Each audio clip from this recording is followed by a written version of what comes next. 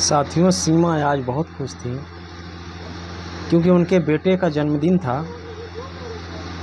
बेटे के जन्मदिन की खुशी में वह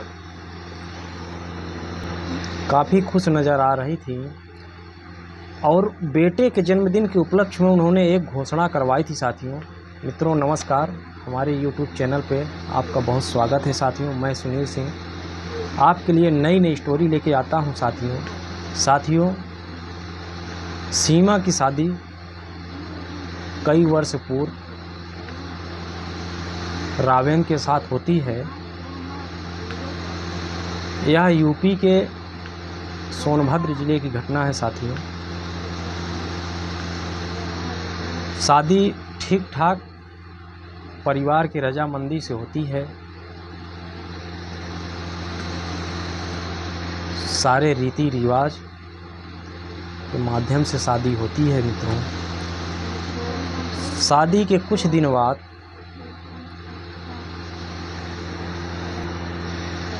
बाद जब सीमा को यह पता चलता है कि रावेन को एक नशे का यह आदी है, तो सीमा उस पर लगाम लगाने की कोशिश करती है कि ये आप शराब वराब क्यों पीते हैं, यह सब नुकसान वाली चीज़ें हैं। साथियों लेकिन रावेन उसकी बातों को नहीं मानता है क्योंकि वो एकदम शराब का आदी हो चुका होता है। लेकिन प्रयास करता है छोड़ने को, लेकिन जब उसको टाइम होता पीने को शाम को तो उसके चस्का सी लग जाती। इधर सीमा जो है अपनी सासू माँ से भी कहती कि आप लोगों ने बताया नहीं कि रावेन दारू पीता है, नशा करता है। अब ये मेरी बात भी नहीं मानता है, बस दारू पी के आता है, मुझे पे शाम को चिल्लाता है, पटांग हरकतें करता है। यह प्रक्रिया कुछ दिन चलती है। साथियों इधर कुछ समय बीतता है। सीमा और रावेन को एक लड़का होता है। साथियों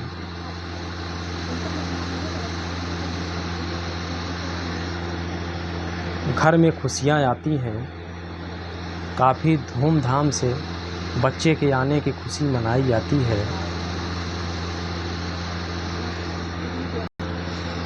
दादा दादी को भी काफ़ी खुशी होती है कि घर में नाती का जन्म हुआ है। लेकिन सीमा की इच्छा कुछ और थी। साथियों सीमा अभी पढ़ना चाहती थी, वो बचपन से ही पढ़ाई में बहुत अव्वल थी। लेकिन शादी उसकी ऐसे घर में हो जाती है जहां उसको एक बंधन सा हो जाता है। अब उसको खाना पीना, माता पिता की सेवा, सास ससुर की, इसी में उसका टाइम बीत जाता है। साथियों रावेन उसका सहयोग नहीं करता है। कुछ दिन लड़के होने के बाद कुछ दिन बाद आपसी में दोनों की तनाव बढ़ता है। साथियों छोटी छोटी बातों पे रावेन जो है सीमा को डांटने और लताड़ने लगता है। इस बात से उठकर सीमा अपने घर मायके चली जाती है, माता पिता के पास जाकर रहने लगती है। इधर जो है रावेन के माता पिता रावेन की दूसरी शादी करवा देते हैं। साथियों दोनों में, सीमा और रावेन में कुछ दिन में आपसी संबंध से तलाक हो जाता है। इधर सीमा जब अपने मायके चले जाती हैं, अपनी पढ़ाई भी करती रहती हैं।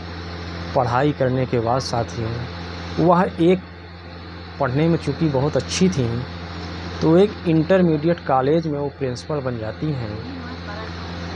साथियों जब वहाँ प्रिंसिपल होती हैं, अपने मैनेजमेंट से यह बात करती हैं कि सर हमारी इच्छा है कि हम लोग क्यों ना 100 ऐसे बच्चे के चुने जो पढ़ना तो चाहते हैं, लेकिन परिस्थिति उनकी ऐसी नहीं है कि वो अच्छी शिक्षा हासिल कर सकें। तो सीमा जो है अपने मैनेजमेंट से बात करके होर्डिंग हर जगह शहर में लगवाती हैं कि फला तारीख को जो है, जिस दिन उनके लड़के का जन्मदिन था, उस दिन 100 बच्चों का एंट्रेंस एग्ज़ाम होगा।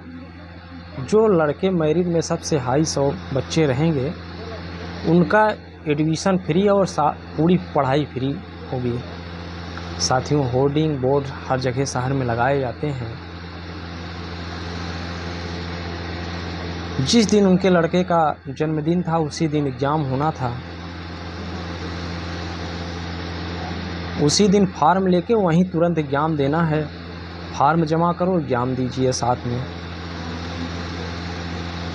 उसी भीड़ में एक आदमी पहुंचता है। अपने ऑफिस में सीमा बैठी हुई हैं। फटीचर सी स्थिति में फटे पुराने कपड़े पहनकर एक आदमी छोटे से बच्चे लेकर प्रिंसिपल ऑफिस में प्रवेश करता है।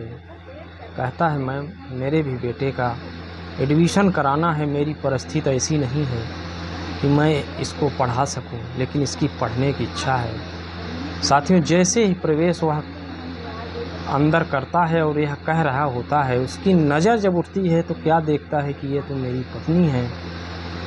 उधर सीमा जब देखती है तो अचंभित सी हो जाती है कि ये राबेन है। राबेन को देखकर सीमा कहती है, राबेन, तुम इस हालत में? राबेन सर झुका लेता है। कहती हैं, तुम्हारी ये हालत कैसे हो गई? अब राबेन कुछ नहीं बोल रहा है दोस्तों। कुछ देर बाद राबेन बताता है, अपने स्टाफ को हटाती हैं जो उनके चपरासी वगैरह उस अंदर थे। प्रिंसिपल चैम्बर में उनको हटा दिया जाता है। राबेन को बैठाती हैं। राबेन से पूरी उनकी हिस्ट्री जानने की कोशिश करती हैं सीमा, जो वहाँ की प्रिंसिपल थी, कि आपकी तो स्थिति ठीक ठाक थी, लेकिन ये स्थिति आपकी कैसे हो गई? ये लड़का आपका कौन है? तब राबेन बताता है कि आपके जाने के बाद मेरे माता पिता ने एक शादी करवाई। शादी करने के बाद तो ठीक ठाक था। मैं नशे का ज़रूर आदी था, लेकिन मेरी स्थिति आपके जाने के बाद बिगड़ती चली गई। मैं बहुत आदी हो गया, जो प्रॉपर्टियां थी बेच लिया। इसी बीच माता पिता भी गुजर गए। माता पिता के जाने के बाद मेरी जो दूसरी शादी हुई थी, मेरी पत्नी भी गुजर गई। इस लड़के को और मैं ही दोनों लोग हूँ। शहर में ही ऑटो रिक्शा चलाता हूँ और अपना और बेटे का भरण पोषण करता हूँ। अब मेरे पास कुछ है नहीं। जब यह आवाज़ सुनती हैं, सीमा तो एकदम भाव विभोर सी हो जाती हैं। साथियों, राबेन की ये स्थिति,